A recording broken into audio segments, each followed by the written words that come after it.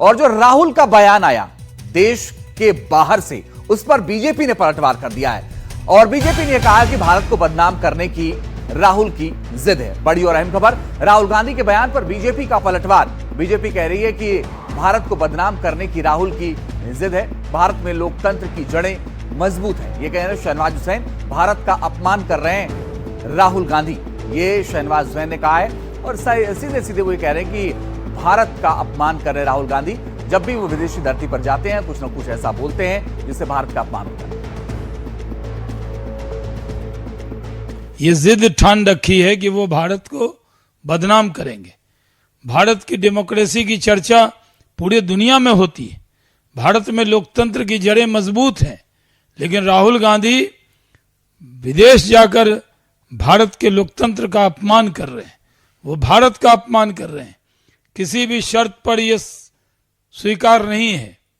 Democracy को एक बार खतरा हुआ है, जब इमरजेंसी लगी थी वो कांग्रेस के दौर में लगी थी, जब संविधान खतरे में आया था, देश खतरे में आया था। आज डेमोक्रेसी पूरी तरह मजबूत है। अब आपको राहुल गांधी का वो बयान सुनाते हैं जिसे लेकर बीजेपी हमलावर है। The single biggest risk is the attack on democracy that is taking place in India. Because India has multiple religions, multiple traditions, multiple languages, and India actually is a conversation between all its people.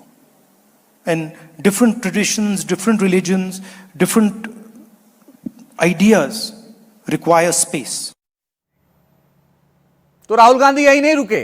Rahul Gandhi ने Colombia में RSS पर भी हमला बोला और उन्होंने ये कहा कि कमजोर को पीटना आरएसएस की विचारधारा है। आरएसएस के लोग कमजोर लोगों को दबाते हैं।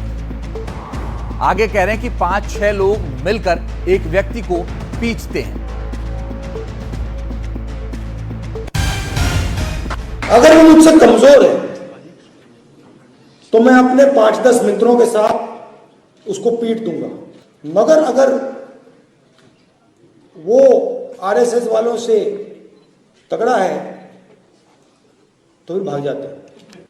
अगर 5 लोग एक आदमी को पीटते हैं और फिर उनमें से किसी एक व्यक्ति को बड़ी खुशी हो रही है, वो कायरता ही है।